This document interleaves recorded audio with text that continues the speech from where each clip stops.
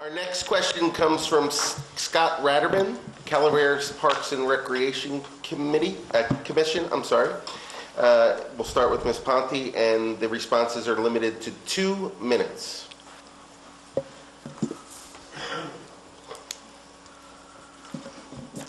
There seems to be 3 basic concepts on the delivery of recreational facilities and programs for our expanding, increasingly sedentary population. 1, create a Calaveras County Park and Recreation Department.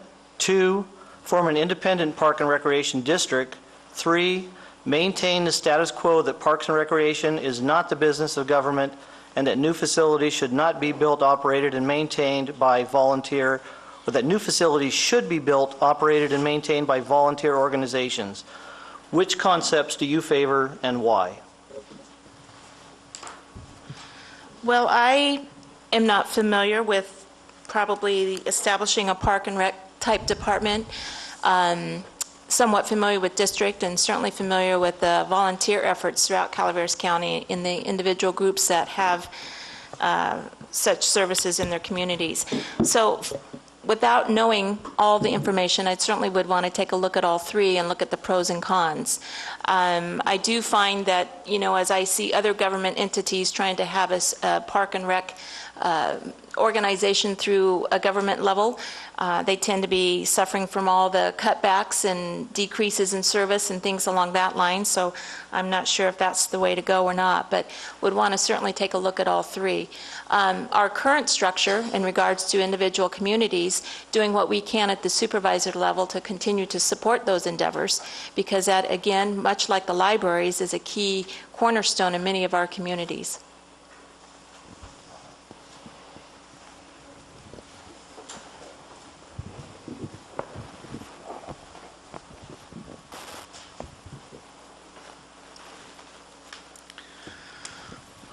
Well, I'm on the board for San Andreas Recreation and Parks, and we receive funding as part of the as a special district. And I got to tell you, if we didn't receive that funding, we wouldn't have a town hall right now. We wouldn't have baseball parks right now up here. There wouldn't be kids playing there. There wouldn't be events held at the town hall. And there wouldn't be parties and the Music in the Park series, because the funding that we get, and also we do some fundraising, but you also need some base funding. It costs a lot of money to keep these parks going. So I guess I'm in favor of a special district as a countywide Parks and Recreation. I also worked on the commission for Calaveras County Parks and Rec. And through the efforts of Pat McGreevy and the board, they brought in $1.7 million of revenue for the parks, different parks throughout the county, here in Calaveras County.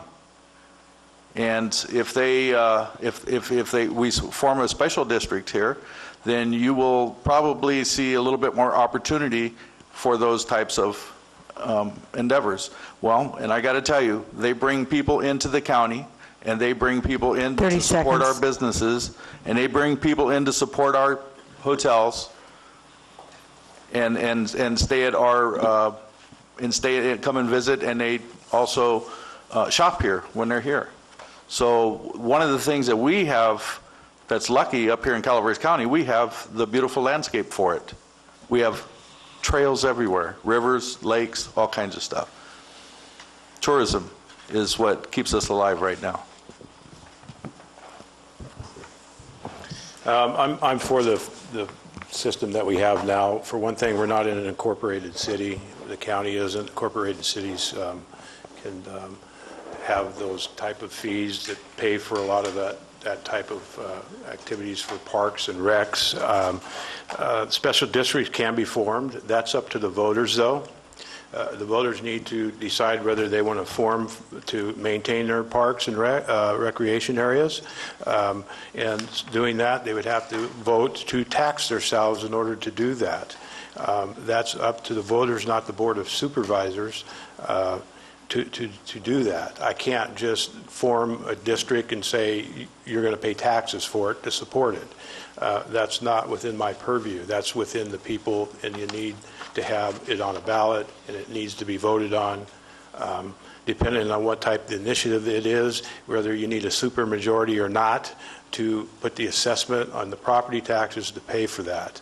But the current system that we have now seems to be working relatively well in the down times that we have. They still exist. I know down in Cliff is on the board for this current, for the one here in San Andreas. The parks that we have down in the Valley Springs area are attributed to the Veterans Memorial District. They take care of those parks down there. There are some private parks and some private little developments like Gold Creek. 30 those seconds. Those are maintained by those property owners organizations, same as Rancho Calaveras. It's in their deeds to maintain those.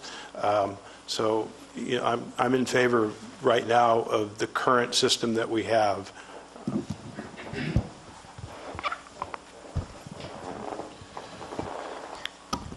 Up in District 2, there are not enough parks, and even throughout the entire county, but certainly in District 2, I remember playing baseball at Sandy Gulch and over at Taylor Field in Railroad Flat, and both those fields are closed, and one's completely gone. There are very, very few parks in District 2. And so we need to do something, and I think that looking at all the options is a good idea.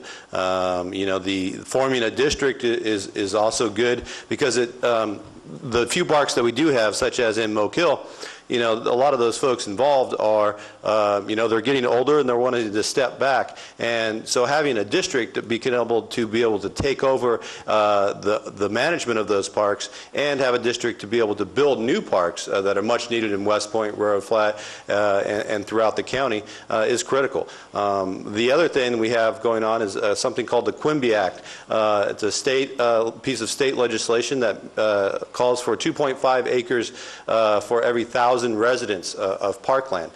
So right now in Calaveras we don't have that, we haven't followed that, so we're way behind, hundreds of acres behind the amount of parks we should have. And parks are good for not only the kids to play in, but also for seniors. You know, it really helps your mental as well as your physical being to be able to go out and take a walk in a park. And so we need to look at ways to increase our average parkland across the county. If we had this district in place, we'd be able to get the Quimby Act going further into the county. For instance, the Quimby Act, actually we have the ordinance adopted already, but since we don't have a district and a way to collect that money and manage the lands, we're missing a golden opportunity down in the Sawmill project in Copperopolis, where we could have additional parklands for copper. So that's just one example. I think we need to increase our parks, and I'll work with the Park and Recs Commission to develop a district if that's the will of the people. Chris is right. District 2 has been hit very hard with our parks. It's hard to find a place to go. At my store in West Point, I'm right on Highway 26, and all summer long, even into the fall and winter, I have people stopping in my store saying, where can we camp? There's not even any camping up there. We're losing tourism dollars because there's no place for these people to come and spend the night, spend a day enjoying the outdoors. So we need to work on that. I'm not opposed to the current system. I'm not opposed to looking at any other system that might help things out. I am opposed to going after more taxpayer dollars to fund this stuff. We've got to be careful on what we do with taxpayer dollars. I don't know anyone that's in the mood for more taxes. I'm certainly not.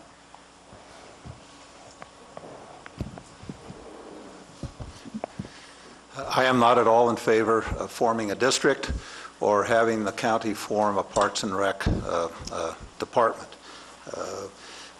In my district and along the Highway 4 corridor, we have Capello Park and Angels. We have the ball fields out at the fairgrounds. We have Feeney Park and Murphy's, the downtown park and Murphy's. We have White Pines Lake area, et cetera. And these do not have a dedicated tax stream that supports them.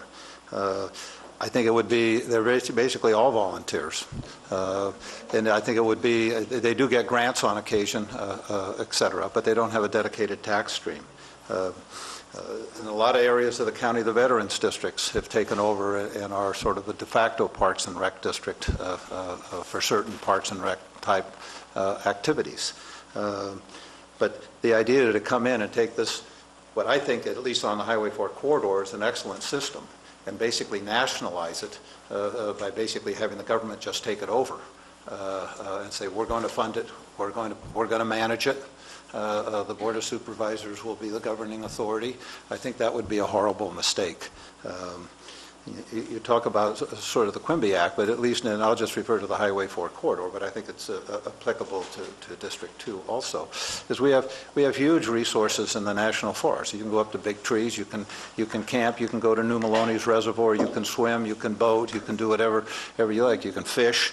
We have numerous activities, and we, along the Highway 4 corridor, pulled our money, including copper when it was in District 5, District 3, and District 4. And we put in a very significant increase in recreational activities at Bret Harte High School. And those funds required that those facilities be open to the public.